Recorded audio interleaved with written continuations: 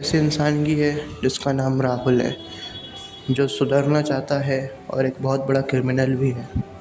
और उसका दिमाग इस तरीके से चलता चलता था कि जो अच्छों अच्छों को चकमा दे दे। पुलिस वगैरह को तो वो मानता ही नहीं था और ना उसे कभी पुलिस पकड़ पाती थी। इस कहानी का नाम है द एजेंट पार्ट 1। राहुल अगले 5 साल से जेल के अंदर था और सेंट्रल सर्विलेंस की अमेरिका में बंद था, जो एक बहुत कड़क जेल होती है जहाँ के नियम का कायदे बहुत ज़्यादा कड़क होते हैं। राहुल इस 4 दीवारी में बंद था अगले 5 साल से। सिर्फ खाने पीने की छूट, ना किसी से मिलने की इजाज़त, ना कुछ। उसकी वाइफ से भी उसका डिवोर्स हो गया था, जिसका नाम प्रिया था। क्योंकि राहुल के मिशंस और क्राइम्स इतने ख़तरनाक और इतने डेंजरस होते थे कि कोई भी करने से डरे इस चीज़ को। अमेरिका में उन दिनों काफ़ी प्रचलित था RDX, जो अमेरिका को काफ़ी परेशान कर रहा था। बड़े बड़े क्राइम्स और पुलिस काफ़ी परेशान थी। अंडर सर्विलेंस जानती थी कि ये इसको पकड़ना इतना आसान नहीं है, इसको पकड़ने के लिए भी कोई इसी जैसा आदमी चाहिए। तभी फिर राहुल को इन लोगों ने याद करा कि एक वही शख्स है जो उसको पकड़ सकता है। और सैनिटर उस दिन जाता है राहुल की जेल और उससे बात करता है उस बंद कमरे में जाके, और बोलता है कि अगर तुम हमारी मदद करोगे तो हम तुम्हारी सज़ा कम करवा सकते हैं और तुम्हें जीने का एक मौका दे सकते हैं। भरोसा करने के अलावा हमारे पास कोई चारा भी नहीं है। तो बताओ। राहुल सोच के बताता है और बोलता है कि मेरे पास भी कोई ऑप्शन नहीं है तुम लोगों का साथ देने के अलावा। सैनिटर एक डील रखता है कि अगर तुम इस मिशन में जीत जाते हो और RDX को पकड़वा देते हो तो मैं तुम्हारी सज़ा कम करवाऊँगा और तुम्हें अगले 5 साल तक स्विट्ज़रलैंड में रहना पड़ेगा। वहीं पर काम करना होगा और वहीं पे लीगल बिजनेस अपना चलाना होगा, और वहाँ से तुम बाहर नहीं निकल सकते अगले 5 साल तक। राहुल इस चीज़ को मान लेता है और इस मिशन में सैनिटर की मदद करने लगता है। राहुल अपनी बैकअप टीम को बुलाता है, अलीसा, छोटे, पांडे और है मेन रोल राहुल।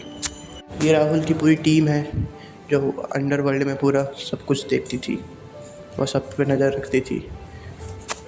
राहुल प्रिया से मिलना चाहता था, लेकिन उसने प्रिया की सलामती के लिए उससे नहीं मिला, क्योंकि राहुल के काम ही ऐसे होते थे कि हर कोई उस पर नज़र रखता था।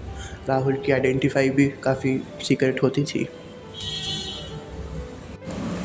राहुल ये अच्छे से जानता था कि उसके मिशन काफ़ी डेंजरस थे और डिवोर्स का जो फैसला था वो राहुल का ही था, क्योंकि प्रिया अलग रहेगी तो वो सलामत रहेगी और सेफ़ रहेगी। प्रिया के लिए ये सब इतना आसान नहीं था। प्रिया ने दिल पे पत्थर रख कर ये फैसला लिया था। प्रिया एक अलग ही दुनिया में अपनी जी रही थी। ना तो राहुल को उससे कांटेक्ट होता था और ना प्रिया का। लेकिन प्रिया के दिल में हमेशा राहुल के लिए एक अपनापन और एक कमी महसूस होती थी, और सेम राहुल को भी लगता था। राहुल अपने उस पुराने घर में जाता है और प्रिया और राहुल की वो सारी यादों को देखता है, जहाँ उसकी तस्वीर रखी रहती हैं, जहाँ उसकी गाड़ी खड़ी रहती है, जहाँ पर उसने जो प्रिया और राहुल ने एक अपनी यादें और मोमेंट्स क्रिएट करे थे। राहुल को वो सब याद आता है, और क्योंकि राहुल ने ये सब अपने हाथों से मिटाया है तो राहुल को इस चीज़ का काफ़ी अफसोस भी होता है। उसी समय सैनिटर का कॉल आता है और बोलता है कि RDX अमेरिका आ चुका है, अब तुम्हारा मिशन यहाँ से चालू होता है राहुल। अगर तुम इस मिशन में जीत जाते हो तो तुम्हारी आज़ादी मेरे हाथ में है, वरना तुम्हें मालूम है फिर आगे क्या होगा। राहुल उसको हामी भरता है और कहता है कि मैं तैयार हूँ। राहुल अपनी बैकअप टीम को बुलाता है और एक कमरे में और पूरा प्लान की तैयारी करता है कि उसको RDX को कैसे पकड़ना है और किस तरीके से उसको जाल में दबाना है। राहुल 1 महीने का समय देता है पूरी टीम को और बोलता है कि इनके RDX की मुझे हर एक खबर चाहिए, वो क्या करता है, कहाँ जाता है, सब कुछ। राहुल 1 महीने का समय देता है और सबको अपने काम पे लगा देता है। और राहुल और पांडे उसका असिस्टेंट होता है राहुल का। वो दोनों राहुल के पुराने घर जाते हैं और राहुल वहीं रहता है जहाँ पर राहुल और प्रिया रहते थे साथ में।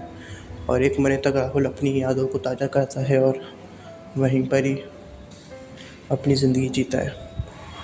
अगला पार्ट नेक्स्ट वीडियो में। थैंक्स।